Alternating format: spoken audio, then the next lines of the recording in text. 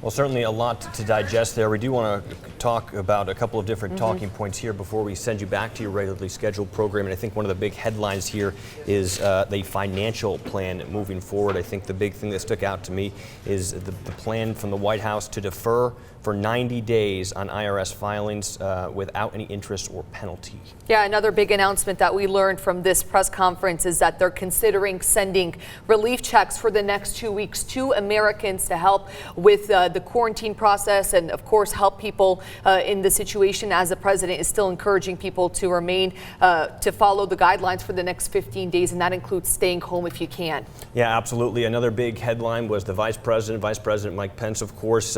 He said he called upon construction companies to donate those N95 masks that they may have, donate those to local hospitals so those health care workers can fight this thing on the front lines. Yeah, and I think those were some of the big points we learned from the president and the task force this morning from that press conference in Washington. But we want to turn back here locally, McLennan County. Of course, we heard from Waco city leaders about the public health emergency that they've now declared, and they're urging all the restaurants, all bars, gyms to remain closed and to only offer takeout.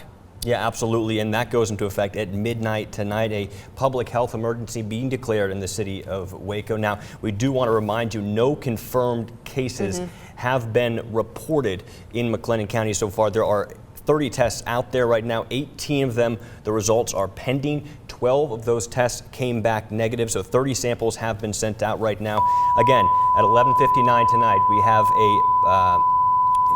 this goes into effect. Yeah, and they were asked, the city leaders were asked how they were going to implement this ban and this closure. They said it is a Class C misdemeanor with a $1,000 fine. Yeah, this is going to be enforced on a complaint-based status. So if a complaint is made, an investigation will then happen, and then you could be charged with a Class C misdemeanor. We also had another press conference. It has been a very busy day in terms of briefings to the general public. We had a press conference over at Killeen ISD as well that we do want to get you up to speed on if you happen to miss that. Yeah, Superintendent Dr. John Kraft, he addressed the public, and he said that they do plan to resume classes on Monday, March 23rd, but he says that could change. They are meeting on a daily basis in order to determine what they're going to do. But they say if they do open their doors and all campuses on Monday the 23rd, it is not mandatory. So you parents at home, if you're not comfortable sending your kid back to Killeen ISD on Monday, you do not have to. Yeah, so that is the plan right now. Of course, this is a very dynamic landscape. Things are changing every single day, so that could change in the coming days, but that's the information we have as of right now. Again, I think a big headline and a big interest for people this morning is financial. There's going to be a lot of financial repercussions for this, of both in McLennan County and across the country.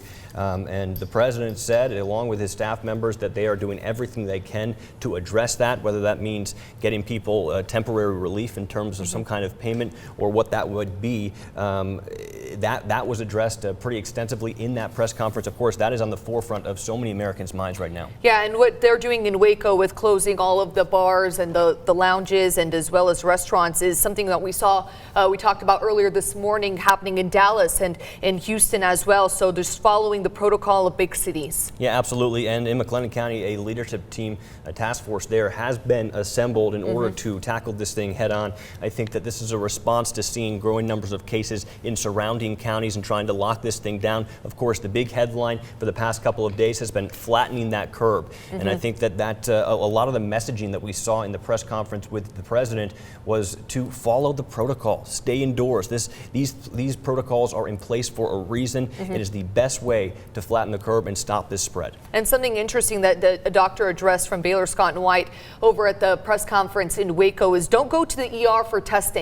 Only go to the ER if you are experiencing symptoms, and you would go to the ER on a regular basis. Yeah, absolutely. And this is something that our health professionals on the front lines right now, it is overwhelming for them right now. So it is the essentials, only the essentials. They said if you've had a planned surgery, a voluntary surgery, something like that, a procedure, cancel that to try to ease up some of the stress. But again, we do want to hit the quick headlines really before we head back to regular program. No confirmed cases in McLennan County, but some big changes in effect. That's right. A public health emergency now declared in the city of Waco. Meantime, Killeen ISD plans to return to school on Monday, March 23rd. Right now, we're going to send you back to regularly scheduled programming. We want to thank you for bearing with us here. And we'll see you tomorrow morning, same time, same place, 4:30 to 7 a.m. on Texas Today. And our evening team will take things away at 5, 6, and 10 tonight.